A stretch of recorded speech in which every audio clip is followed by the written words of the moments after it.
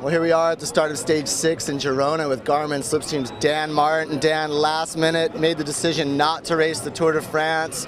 Talk about that decision. Was it yours? Was it the team's? How did it come about? It was kind of 50-50. It was the team that helped me decide because, I mean, like, there's a lot of guys with experience who helped me, like Dave Miller and Christian Van der Velde.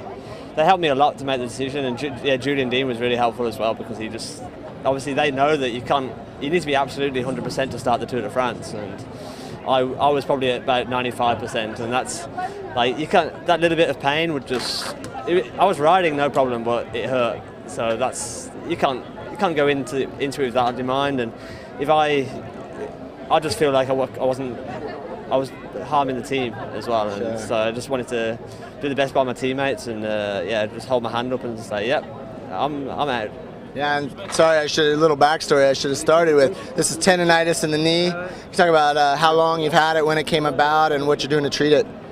It was actually weird. I went to see a chiropractor, and I guess he kind of just twisted something the wrong way, and it's not from riding. It was riding on top of that. So I guess maybe I needed to move my shoe plates again a bit or something, but I was just using old shoes, and it was it just started hurting. Maybe it was overtraining. I'm not really sure, but basically I've just had a few days off the bike, and it's good as gold. So yeah, I'm going to start riding again this afternoon, and but as I say, I was training with the guys in the team time trial training, and it was no problem. So it's just a bit disappointing, but I just needed a few days off the bike to recover, and I just ran out of time. Yeah. Well, you're young. There's many more Tours de France in your future.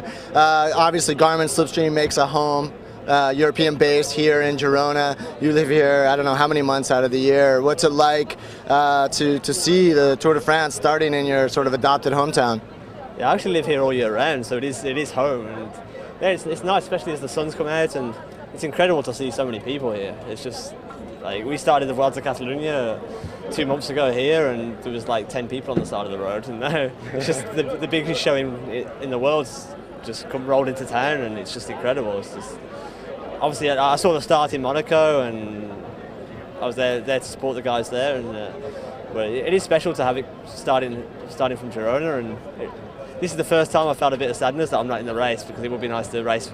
The race actually goes literally 50 metres from my house, so that would have been pretty cool. But yeah, there'll be other times, and maybe not to race from Girona, but definitely to race the Tour de France. And yeah, that's made the decision easier. I'm still really young, and it's best to think of long term than short term. And obviously you were in Monaco because at that point you still weren't sure if you were going to be racing or not. Well, let me ask you one last question. With this change in your schedule, what can we expect to see from you for the rest of the season?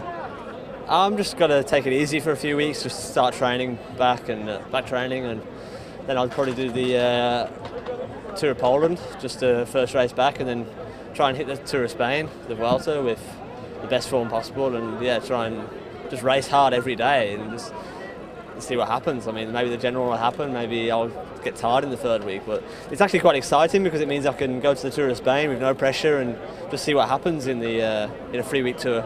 I've still got no idea, and then next year hopefully I can come back to France and we've had real ambitions and know what to expect.